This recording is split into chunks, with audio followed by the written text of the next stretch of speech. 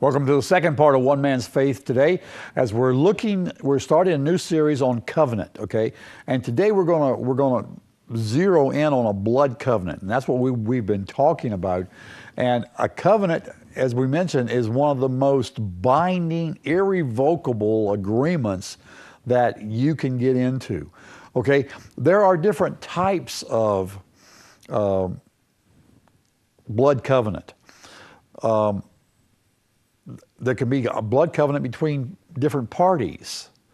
There can be a blood covenant between individuals. There can be a blood covenant between a husband and wife. And when a man and woman get married, it is a blood covenant, and we'll see that. Tribes or even nations can form and have formed blood covenants. A king to another king has formed blood covenants. A king to his people. There can be a covenant where he protects them or gives them something, and they form a blood covenant. All blood covenants are based on one of two things: either love, or it's based on strength and weaknesses, and that's probably the core of a lot of blood covenants, especially the weakness part. If I'm really good at gardening or planting crops, and I've got a gazillion green thumbs, and nothing fails when I plant it. But I'm terrible when it comes to protecting myself. But you are the opposite. You know jujitsu and all those neat little things.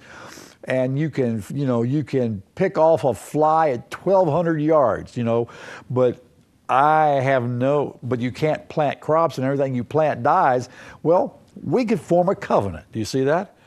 See, that's a strength and a weakness type thing, where we share our weaknesses, but we also share our strength. When parties go into a blood covenant, there is preparation. It's not just, okay, hey, let's form one. Okay, let's go ahead and do it. It's not quite that easy, because you've got to know, what are we coming together for? Why are we forming this covenant? It's going to last for a long time. Matter of fact, it's supposed to last forever, really. Which means it's going to affect yours and mine, great grandkids.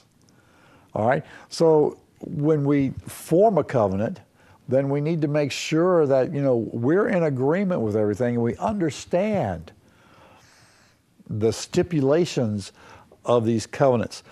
We also know, when we form a covenant, that death is the only way out. Okay? And in most cases, when they form covenants, like between tribes, they would pick the site carefully. It, in most cases, was a valley of some sort, and one tribe would be on one side of the center of the valley, the other tribe would be on the other side, and 2 or 3 representatives from each tribe would come down to the middle, and they would represent their tribes and do the actual manipulation of the contract or the covenant, because there are things that had to happen. Now, in a basic ceremony, this is what happened. First, the representative, like the king of one tribe to the king of the other tribe, they would exchange coats, C-O-A-T-S. They would exchange their outer garment or their robe, which signifies, I am the leader of this tribe, and all my status and authority I am now exchanging with you. So the two leaders would say, okay, who I am and the authority I have, I give to you, and the other one does the same thing. In other words, it's actually like 2 tribes becoming one tribe. Okay, and then they would exchange weapons or belt or their weapon belts or yeah, their weapons, signifying that all my power and strength and ability to defend myself is now yours. My friends are your friends, my enemies are your enemies. So we form this agreement together to have each other's backs. And then there was the animal sacrifice part of the covenant, where they would take the animal and split it into two halves and lay them open out like this, so that the blood dripped together. You know, it formed a pool between the two parts of the animals, and it formed a pool.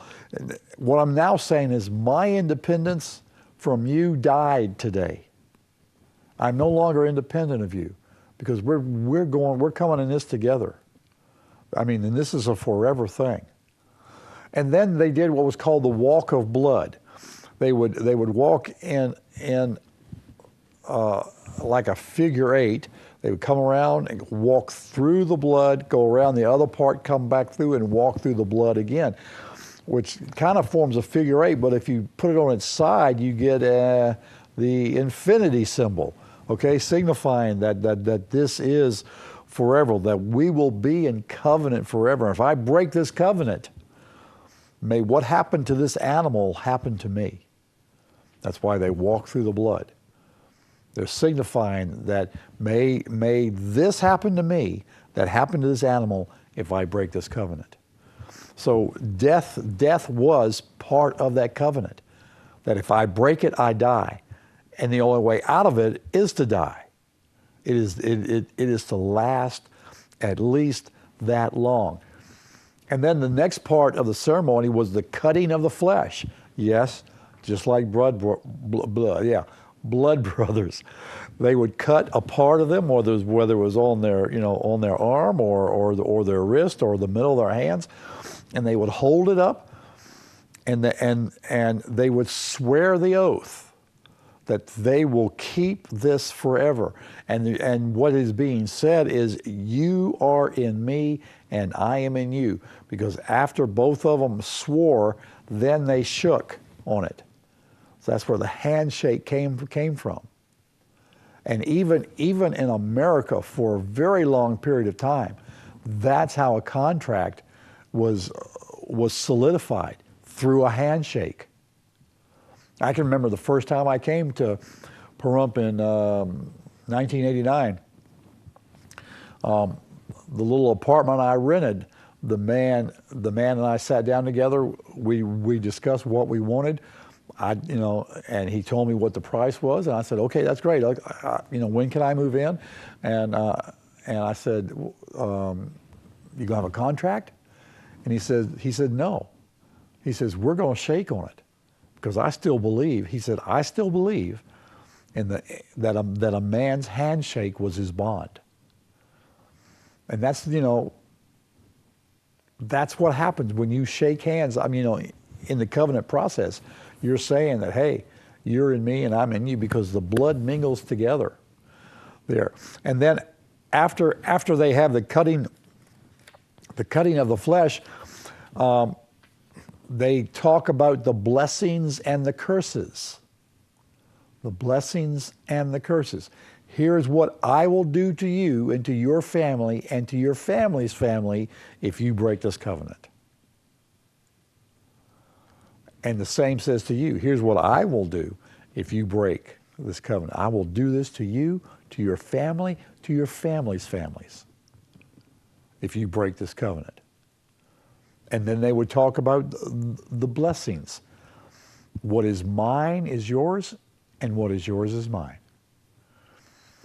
And they would sometimes end that part with, so help me God, especially those that believed in God. And then they would have a seal of the covenant, which normally was the scar, a lot of times wherever they cut themselves. they would let it fester and not grow into I got a little tiny scar here. You can barely tell it's there. But in a blood covenant, they would want that to become distinct so that they would see and know they're in covenant, but so that others will see and know. If another dude came up against you that was big and he saw that scar, he would say, hey, who are you in covenant with? And when you tell him, he'll say, okay, hey, that's all right, I'll leave. So it signified that at one point in some of the covenants, they actually had it fester around the finger, so that you ended up with a scar around your finger. Yeah, that's where the ring for weddings, that idea came from. So there would be a scar. It would be a sign to the individuals that they were in covenant together. Then they would exchange names. You've seen names that are hyphenated. Even companies do it. Time-Warner. That signified that they were in covenant together. In their case, they were in contract together.